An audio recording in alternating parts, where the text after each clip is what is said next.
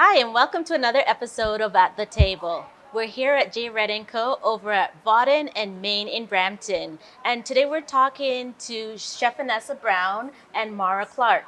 Sheffanessea is an advocate against parental Oh, alienation, yes. and Mara Clarke is a family lawyer. Today we're going to be talking about some of the issues that and concerns that needs to be addressed by our system, our court system, and our legal system.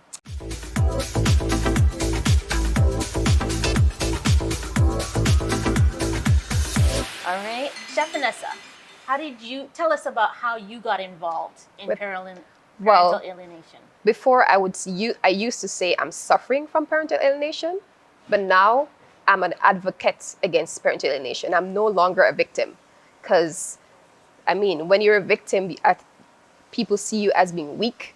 And at first, I was weak. I'm no longer weak. I am strong. I'm fighting against it because I see parental alienation as child abuse.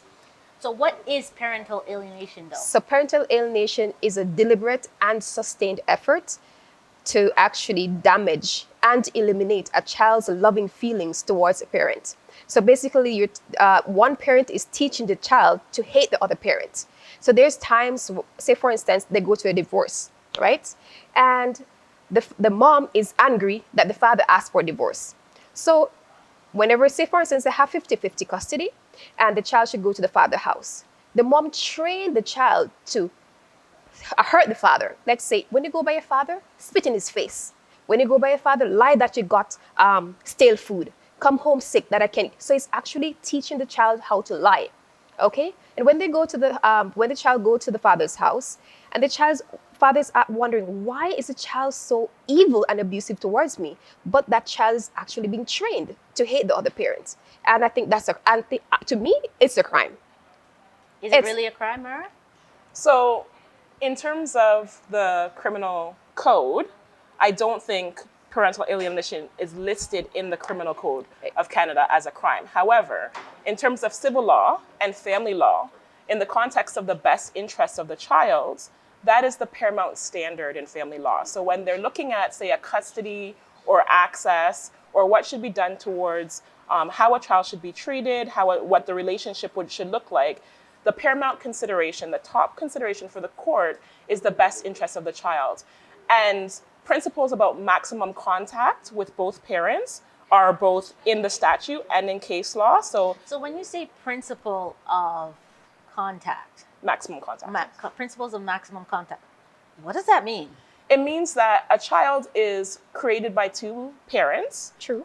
Raised at least created by two parents, and it's usually in the child's best interest to have a relationship with both parents to the maximum contact that is feasible between those parents and that child. So for example, if there's geographical distance, one parent lives in one country, the other lives in another, maximum contact might look like once a year.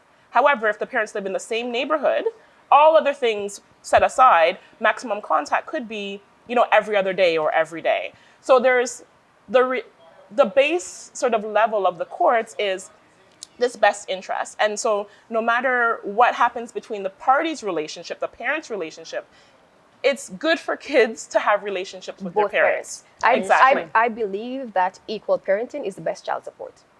That is the best child support. If two parents can come together and put children first, that's the main goal. And when I see that other countries, because in Brazil, it's a punishable crime. In Mexico, it's a punishable crime. Okay? If you can look at your ex-wife and murder your child, right? Mm-hmm. Murder your own child to get back at your ex. Don't you think that is a crime? Okay, so murder is a crime anywhere. Mm-hmm. So if you've murdered your child, that is a criminal offense. So I'm not sure if you're talking about emotionally, like if that separation. So I just want to be clear. Hold on. Mm-hmm. When we're talking about crimes in families, mm-hmm. One of the studies, the Canadian Incident Study of Reported Child Abuse and Neglect, done by Ending Violence Association of BC, they found that over the past 10 years, there have been 326 homicides committed against a child or a youth under 17 years by a family member, and it was parents that committed the majority. So it was 84% of those That's sick. that was committed by parents. And I think what we're talking about here is it the same thing or is it two different things? I don't think it's two different things. The reason why, I will say why. Okay. So when a parent, if it's based on separation, because this would happen when one parent gets angry, and they're like, why did you leave me? And they use the child as a weapon to hurt the other parent. And it comes to a point where, they're like, okay, hey, if you don't want me, I'm gonna erase your child completely so that you get hurt. So I've seen where if it comes to a point where parents can actually put their children first and leave their anger last, that's where I feel we can come together and end parental alienation, because parental alienation is preventable. Okay. So can I just clarify?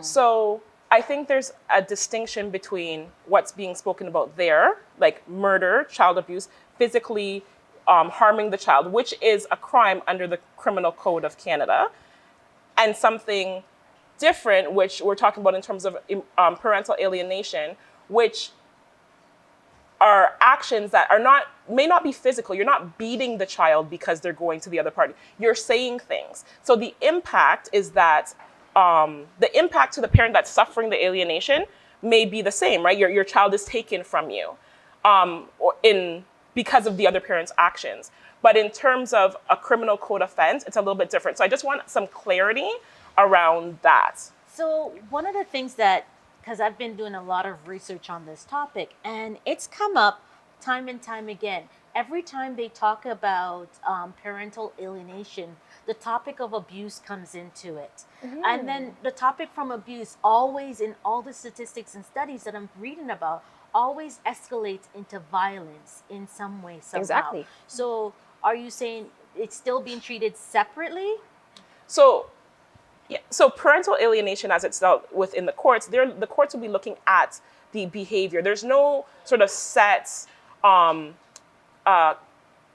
legislative definition of what parental alienation is. It's come through case law, right? Psychologists and counselors have seen the behavior and they've called it different things. And sometimes they call it parental alienation syndrome, but it's not my understanding that that's actually a clinical definition as yet. No.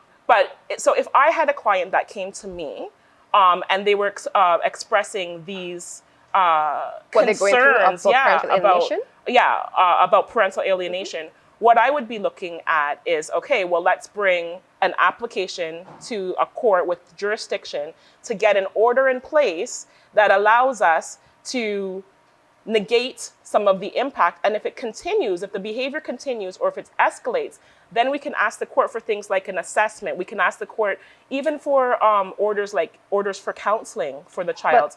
How I would try to help navigate this. And if a parent has an order and the other party is not abiding by that order, or the other party is doing things to undermine the order, then we would go to the level of, okay, is this party in contempt of the order, or do we need to change the order based on the party's behavior? But that is, like, those are steps that would be taken. So I think one of my takeaways to anybody that's watching today is that if you're experiencing any of this, if your child comes and they're a little bit, you just don't understand why they're dealing with you in a certain manner, you need to go and speak to counsel within your jurisdiction. Go and speak to a lawyer in family law in your area that can talk and talk about what you're experiencing, because there are other considerations that are going to come into mind. Sometimes like it's going to. But this, okay. So the situation is, do you know the negative impact that children suffer when they're suffering from parental alienation? The negative impact is depression, self-hatred from parental alienation. And majority of the kids who actually suffer from parental alienation, as an adult, they turn to substance abuse. That is a fact. And as a parent who's suffering from parental alienation, do you know what parental alienation has done to me? It has almost killed me. I suffered from depression. I could not I could not live without my child because I am a good mother. I'm not an abusive parent. And to have my child erased from me, it affected my mental health. So parental alienation affects your mental health and it can kill you. And I'm not discounting that it's a very serious thing, but what I'm saying is that there's there has to be steps that you take. Definitely. Often parties will come to my office and they'll say, oh, this is parental alienation. And when I do the research, it hasn't reached that level as yet. It's concerning behavior, absolutely. And so what I need to do is work with my client to get an order in place, to get the evidence in place so that the court can see that maybe we need to do something about the custody or the access or The court needs to do So something hold on, about let it me ask you a immediately. question now, Mara. At what point does CAS get involved in parental alienation? so Do they even get involved in parental alienation? So once again, the standard is the best interest of the child. The examples that my friend is talking about are things that are not in the best interest of the child, and those are things that are quite damaging to the child. So if I was a parent and my child was experiencing those things, I would be contacting CAS and I would be explaining that I think hold on. that But as a parent, do you not come off from CAS? What do you call them and say? My child is not normal, not behaving the same way they used to. Exactly. What do you What call do you them do? and What do you say? you call them and say exactly what you're experiencing. You can say, listen, this is the situation. This is what I'm experiencing. I'm seeing these behaviors and I'm concerned. CAS is the body in charge in this jurisdiction in Ontario to determine if a child is in need of protection. Okay? So if nobody calls, then they don't do that work.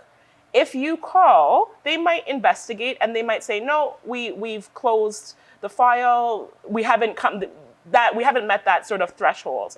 And then somebody else might call in the future. But at the end of the day, if nobody calls, then they don't even start looking into that. So go ahead. Is it in your best interest as a parent that's experiencing the alienation? Is it in their best interest to call CAS first or contact a lawyer first? What do they do? Because at first you're just like, what's going on? Like, and you're most likely feeling alone and you're struggling. And No, you don't you're being know abused. What to do? Yeah. What's Sorry, your you're being first abused. action? What's your first action? So not everybody has the money to call a lawyer right Exactly. away and do That a is so consultation. true. You don't have to pay anything if you're contacting CAS. Now, I can let you know that lots of parents that are going through domestic family law, which is what I practice, so just around child support, access, custody, that's called domestic family law, as opposed to child protection, which is the determination if a child is in need of protection, what CAS does.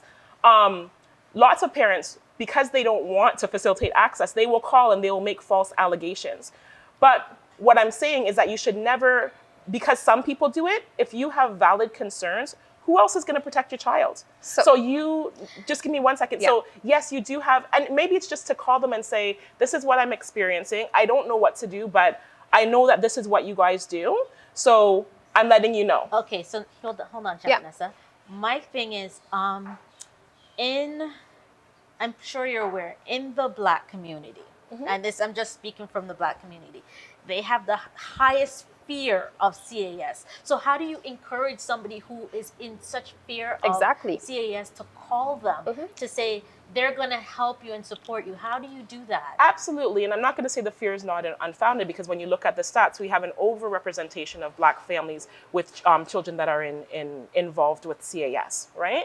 So at the end of the day, I understand why nobody wants to bring child protection into their lives. However, if child protection is the authority that it determines if the child is in need of protection, then they're the authority that you need to report to. So I understand that while you might not want to do it, the question has to be, am I really concerned about my children's health and safety and the impact that these behaviors are having on them? Because if your child was doing something or somebody was doing something to your child that you were concerned about, you would call whatever the authority is. Now, I will add, and sorry, I just sort of lost my train of thought.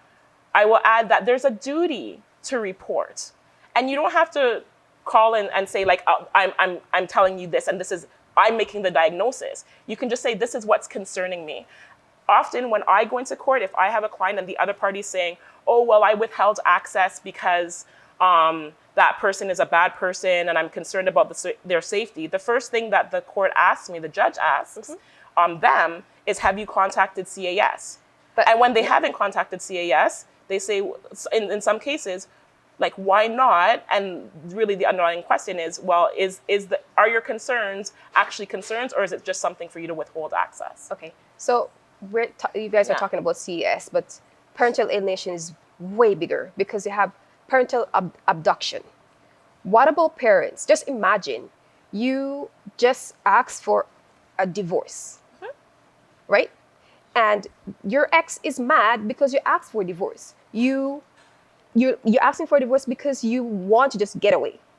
Why should you be punished because you just asked for a divorce? Just imagine your child is picked up and moved back to India or to Russia or to France because you asked for a divorce. What do you do? Yeah. So what do you do as a parent, parental abduction? Okay. Just to hurt the parent. So it's I'm trying to answer the question. It is definitely it's huge. Okay, so let me answer the question.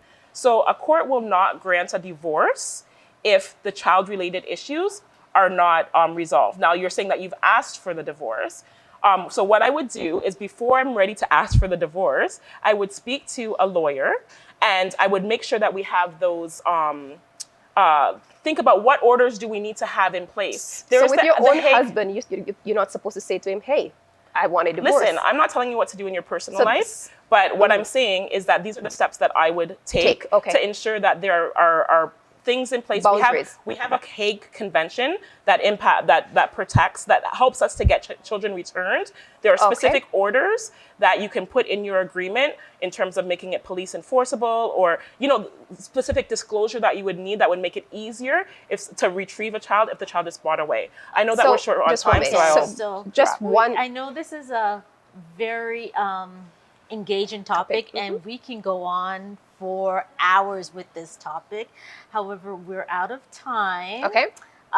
Anything you would like to say, Sheffanessea? Yes. So I got the first proclamation for Brampton against parental alienation. It was given to me by the mayor. I actually raised the first parental alienation awareness flag, which was on April 25th. Congratulations. And thank you so much. So I am going to fight against parental alienation, and I need it to be a punishable crime worldwide. That's my aim. Mara? Okay. So my takeaways is that I understand that people that are sort of going through this issue may not have access to reliable, affordable legal advice right away. There's a wonderful website. It's called Steps to Justice. It is has been created by Community Legal Education Ontario, which is a legal clinic. The information about family law, the basics of family law, child support, access, custody, those sorts of things are included in that website. So I would encourage people to go visit Steps to Justice. And there they can get some information, accurate and reliable legal information about how to proceed if they've got, if they want to bring an application themselves. Okay. You don't need a lawyer to go to family court in Ontario. We've got a wonderful system with duty counsel and family law information clinics that can help litigants to do their paperwork. And I would also advise people to either through the duty counsel, or if they have it available to them, contact a lawyer, have a discussion about these what you're experiencing and what your goals are, and is parental alienation an issue, because it's very subjective. And I agree that the impacts on the children are detrimental. You're basically erasing one parent from the child's life, and that's not in the child's best interest. Definitely not. So we're out of time. However, I did want to leave you with a little bit of thought. Okay? In 2008, it was estimated that 235,842 children suffered from some kind of maltreatment, and it was investigated across Canada. And then 36% of those investigations were substantiated. That means there was evidence found that it was maltreatment occurred. Of that, 9% of those cases were emotional abuse. That's a high number, especially when many cases of child abuse go unreported. If you have a concern, like Mara said, contact legal counsel. Contact the courts and get a duty counsel to get advice. All right? Thank you for watching.